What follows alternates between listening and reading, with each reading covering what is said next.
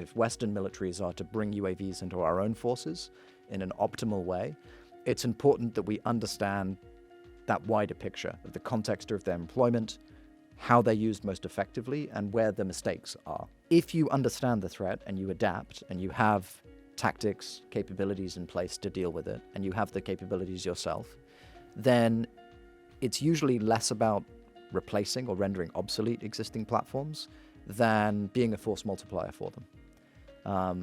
UAVs tend to complement artillery, for example. I would say that there is a very radically different approach between Ukraine and Russia in solving a very consistent problem, which is how do you continue to update and adapt the system to make sure it's effective in an environment where the defenses are always trying to catch up. The challenge, I think, for us is that our procurement systems outside of Ukraine are not very favorable to that sort of rapid iteration of a platform, not least just from a regulatory and safety point of view. So that's one of those areas where we need to think very carefully about how we set up the procurement programs to equip our own forces. We need to be able to procure the subsystems in an adaptable way for common UAV airframes rather than buying a platform, which is a fixed product.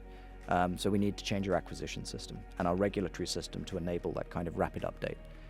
We need specialist communities to operate and maintain these systems rather than trying to just distribute them across the entire force. And we also need to be very rigorous in the mission and the task that we allocate to UAVs, how that complements our existing capability,